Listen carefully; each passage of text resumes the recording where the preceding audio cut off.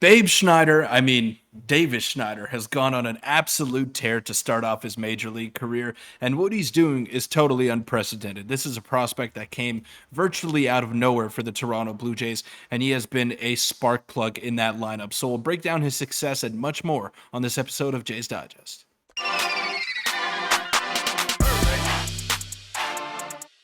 What's up, Jays fans? I'm your host, Peter Vryonis, alongside host Nick Gosse. And if you didn't know Davis Schenider 3 days ago, you definitely know him now because he has just been on an absolute heater. By the minute he was inserted into that Blue Jays lineup, and it's just been so impressive. It was something that was desperately needed.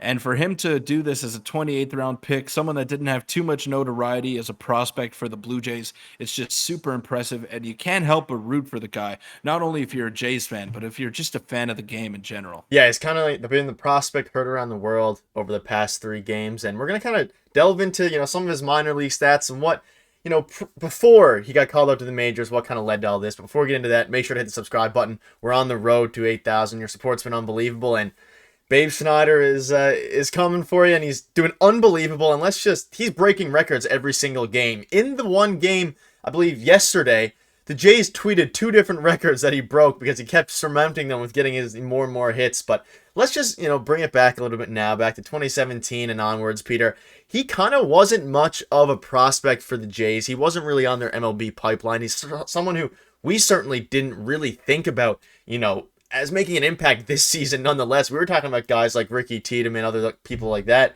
Arelis Martinez, and he had decent stats in the minors, but it really just came to fruition. It all came together in Buffalo this year when he hit for a 970 OPS.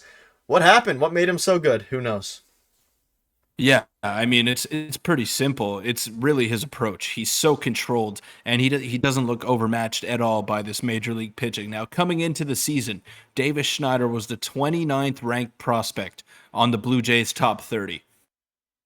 I'm no expert. I'm no pipeline expert, but that just tells me that he's not someone that's highly sought out after for when it comes to the organization. Being the 29th ranked in the top 30, it doesn't mean you're a big time guy. And a lot goes into drafting players, a lot goes into evaluating talent, and I don't necessarily agree with it, but I think we can both agree, Nick, that Davis Schneider doesn't really look like a ball player. He's a smaller guy.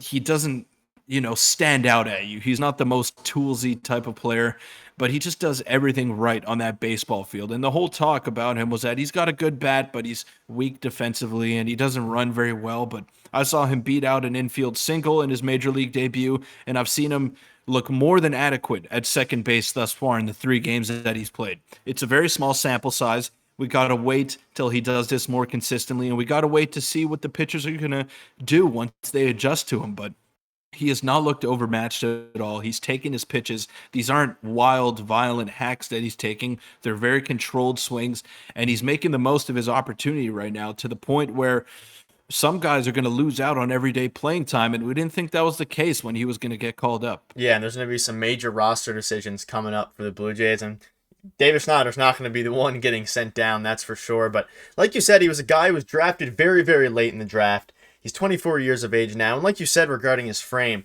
he doesn't have that, terrorizing frame like obviously Aaron Judge and other players do. He's only 5'9". And again, power was a huge issue for Davis Schneider literally up until 2023. If you look at this, he has more home runs this year than his first 2 or 3 years combined. The power wasn't there. He made a difference in his approach. He changed the way he swings at pitches, and his swing and his approach is it's so mature for his age. Gives a little bit, and they mentioned this in the broadcast, Bo Bichette vibes to a degree, just the way that he handles his bat, the way he handles himself at the plate. It feels like every pitch that is even slightly outside the zone, he doesn't swing it, and then as soon as it comes in the zone, he just always gets the barrel on it, and he is going to strike out a good bit, but maybe that's what changed. He's striking out a little bit more, but he's absolutely crushing the ball, and it's been a huge rise for him for a guy who, like you said, 29th in the MLB pipeline list. 95% of the time, players that far down never really touch the big leagues, but he had a skyrocket campaign in Buffalo, and the untold story of Davis Schneider is just getting more and more crazy, and I suspect that the Jays, they wouldn't be winning as much if it wasn't for him. And who knows how the pitchers will adjust to him, but his approach is the big thing here. And whatever change he made down in Buffalo this year has yet to be, publicly reveal. Maybe it was a leg kick, maybe it was a toe tap. Whatever it is, worked magic, and they need to give that hitting strategist a raise. Yeah, absolutely. And the Jays have had a tough time developing hitting prospects, apart from obviously Vladimir Guerrero Jr. and Bo Bichette. The majority of the players coming up through the pipeline that have been successful are pitchers. And it's been hard for the Jays to really produce those game changing hitters. They usually just go out and acquire them, like George Springer and other players in that lineup, like Matt Chapman as well. So the Jays haven't necessarily had a track record of producing elite hitters. I'm not saying Davis Schenider is elite. He's only played 3 games in the major leagues, but it's hard to not get ahead of ourselves here because he has just been so impressive. And a lot of the things that he's doing, when you're struggling, they're translatable. So he's taking pitches. He doesn't look antsy at the plate. And whether you're hitting 700, whether you're hitting 200, those are skills that you can repeat over and over again. So I do think he's going to be a very productive hitter for the rest of the season. And it's something that the Blue Jays desperately needed. That power in that lineup. He's kind of put some pressure on the other guys 1 through 9 as well. You got this rookie coming up, unproven guy, not a big time prospect, and he's coming in to take some playing time. And if you're not up to the task, he could be taking your job within a week's time. So guys like Espinal, Biggio, Dalton Varsho, Whit Merrifield to a certain degree, they got to keep up their performances and they got to elevate the performances because this guy is coming in and he's here to stay. Yeah, and he might be very possible that he's our second baseman of the future if he continues even resemblance of what he's doing. Because I mean, let's look at it now. He has an 18, borderline 1900 OPS. Now, this is 3 games, and yes, we're getting ahead of ourselves a little bit, but when you have a prospect like this who comes up and is breaking records every single day, you're allowed to overreact for a day or two, or however long he keeps this up for, because he has been making history. Again, like we covered in yesterday's video, first player in MLB history with 9 hits and 2 homers in his first 3 games. Most total bases in Blue Jays history through his first 3 games, outclassing Aaron Sebia and Rowdy Tellez, Lloyd Moseby, Bo Bichette. But guys don't come up and do this very, very often. And like you said, it is first and foremost an approach thing for him.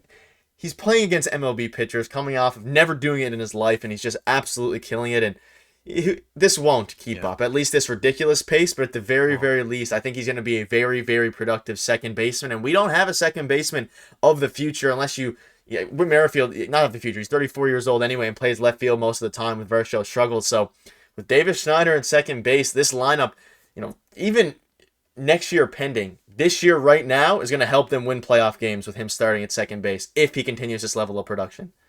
Yeah, I think the fact that he's also an older prospect helps him out in that sense. He's got a lot more experience, a lot more maturity than a lot of guys that do make their major league debuts. So that's definitely helping him out. And you could just see the maturity. He's very even keel on the field, doesn't get too high, doesn't get too low. And it's something that the Blue Jays needed, just that calming presence in the lineup. I wasn't expecting him to have this kind of impact 3 games in, but here we are. He's the one that led them to a sweep of the Boston Red Sox over the weekend. They're now going for a 4-game series against the Cleveland Guardians, in which Jose Ramirez is probably going to miss 3 of those games. He'll probably play tonight because he is appealing the suspension. But these are a big few games coming up here for the Blue Jays. And how can you take this guy out of the lineup, at least until he slows down? He's proven a lot more than some other guys that you're running out there every day. So why not give him a chance until he slows down? Yeah, and I don't think there's any way that John Schneider takes him out of the lineup for the next however many games, because he's mashing righties, he's mashing lefties, and he's playing, very, very good defense. Better defense than Santiago Espinal has been playing, even though that's kind of his calling card. But that'll wrap up the video. A very, very exciting time to be a Jays fan, coming off a sweep of the Boston Red Sox. Like you said, we played the Guardians in Cleveland tonight, starting a 4-game series, and the suspensions from that crazy fight were revealed, and Jose Ramirez, he will play tonight because he's going to appeal the suspension, but Emmanuel Clase is out tonight. So a big game. Hyunjin Ryu, huge start for him. If he continues to struggle, or if he struggles at all, who knows how long we'll run this 6-man rotation. But that'll wrap up the video. We'll have one for you tomorrow. Hopefully Jason go out and win tonight, and Davis Schenider continues his masterclass. Thanks.